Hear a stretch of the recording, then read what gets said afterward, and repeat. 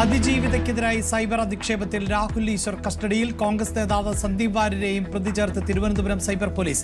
ബലാത്സംഗ case Rahul മാങ്കൂട്ടത്തിലിനായി അരിച്ചുപെറുക്കി police. ഒളിവിൽ കഴിയാൻ സഹായമൊരുക്കുന്നത് കോൺഗ്രസ് എന്ന CPIM. ശബരിമല സ്വർണ്ണക്കൊള്ളയിൽ ദേവസ്വം ബോർഡിന് കുരുക്കായി തന്ത്രി കണ്ഠരര് മഹേഷ് മോഹനരുടെ മൊഴി.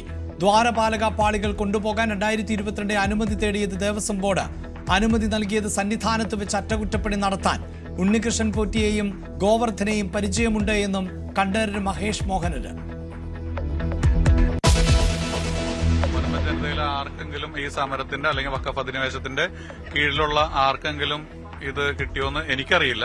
നമ്മ നീതിക്ക് വേണ്ടിയുള്ള ഈ സമരത്തിന് അനുകൂലികളായ ഏവരെയും ഞങ്ങൾ ഏറെ സ്നേഹത്തോടെ സ്വാഗതം ചെയ്തു.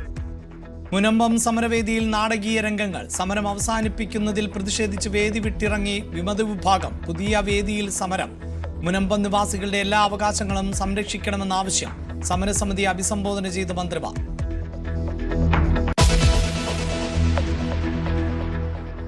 കേരളം ഉൾപ്പെടെ 12 സംസ്ഥാനങ്ങളിൽ തീവ്ര വോട്ടർ പട്ടിക പരിഷ്കരണത്തിന്റെ സമയം നീട്ടി. ഫോമുകൾ ഡിസംബർ 11 വരെ നൽകാം. കരട് വോട്ടർ പട്ടിക 16-ന്. അന്തിമ വോട്ടർ പട്ടിക ഫെബ്രുവരി 14-ന് പ്രസിദ്ധീകരിക്കുമെന്ന് മുഖ്യ തെരഞ്ഞെടുപ്പ് കമ്മീഷണർ.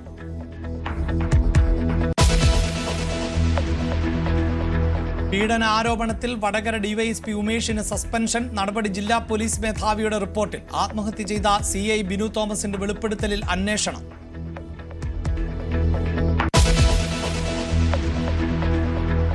ടിറ്റ്വ ഇന്ത്യൻ തീരത്തേക്ക്. തമിഴ്നാട്ടിൽ ഒരു മരണം. പുതുച്ചേരിയിലും കനത്ത മഴ.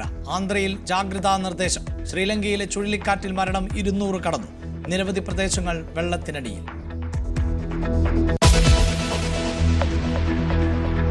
റാഞ്ചി ഏകദിനത്തിൽ കൂറ്റൻ വിജയലക്ഷ്യത്തിനു മുന്നിൽ ദക്ഷിണാഫ്രിക്ക പതറുന്നു. 5 വിക്കറ്റുകൾ നഷ്ടമായി. വിരാട് കോഹ്ലിയുടെ സെഞ്ചുറി കരുത്തിൽ ഇന്ത്യക്ക് 349 റൺസ്. രോഹിത് ശർമ്മയ്ക്കും KL രാഹുലിനും അർദ്ധ സെഞ്ചുറി.